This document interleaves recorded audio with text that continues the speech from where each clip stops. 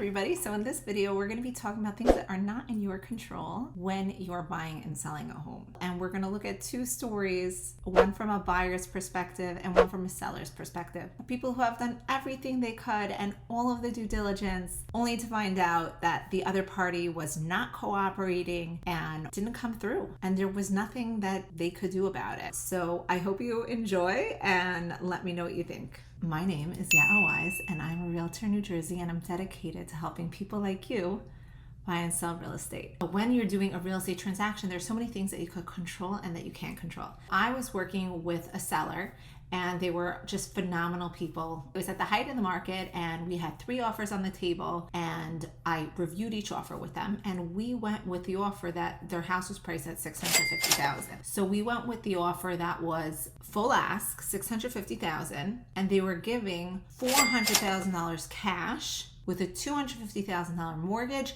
and they were going with a mortgage broker that I knew was highly recommended, and everybody would say that this mortgage broker, his loans are good to go. Worked with a great agent who really knew her stuff, was very efficient, great communication. There were some other offers that had a higher mortgage rate, or just the contingency inspections were not as good. So we went ahead with this offer. And what do you know, a week before closing, I actually got a phone call from my client saying that the attorney sent them an email saying that the buyer doesn't qualify for a loan. So it didn't even come from the other agent, which would have been the courteous thing to do. So what happens? I called the other agent. I said, what's going on? My buyer can't get a mortgage. I said, that doesn't make any sense. How could they not qualify for a loan with a loan? It's called an LTV, loan to value ratio, of over 50%. That means that the bank is going to have so much equity in the house. How could they not get a loan with $400,000 down? She says, well, the insurance is too high and they don't qualify. I say, how do you not qualify? I don't know. Speak to the mortgage broker. I call the mortgage broker. I'm like, I took this loan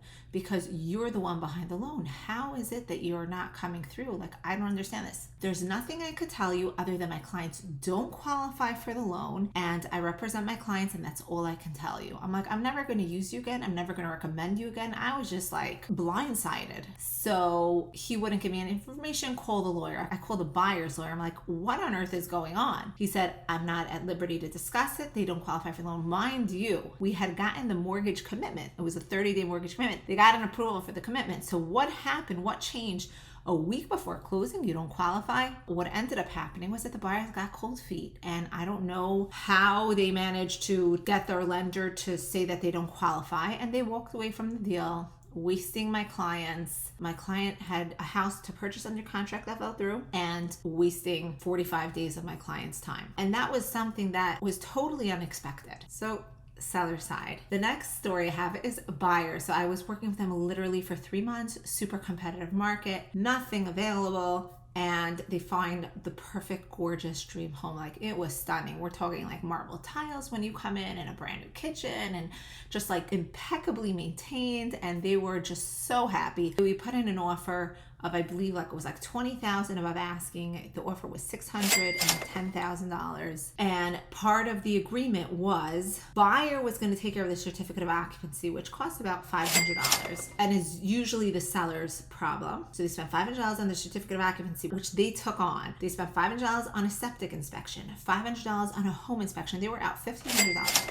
Sent all their paperwork to the mortgage guy. And what happened was that the couple selling the house was going through a divorce, and the wife had 3 dogs, and the husband had moved out.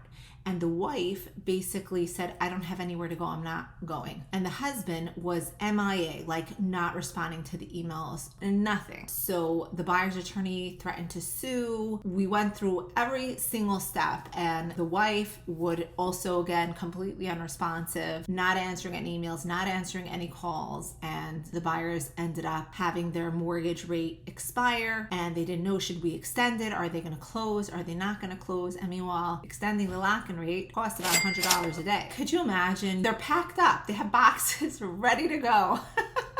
They're literally living out of boxes, and they made the decision with the new rates that they weren't going to be able to go ahead with the house, and they gave up their lease, which means the rental was up, and they told the landlord that we're done with our lease, and someone else was supposed to be moving into their house from Cleveland with a whole family of kids starting school. It was the summertime. Completely messed over and also so unfair. Like, how do you do that to somebody? For me as a realtor, when it comes to real estate transaction and what you can control and what you can't control, you cannot control what other people do. You cannot control how they act. And you can literally do your due diligence, check off every single box, know that it makes sense on paper, and still you can just be completely blindsided. So I always kind of tell my clients, like, at the end of the day, you do the best that you can, but there's always going to be things that are out of our control. And it's so hard as a realtor to like support your clients when they're going through such challenging times. There's a reason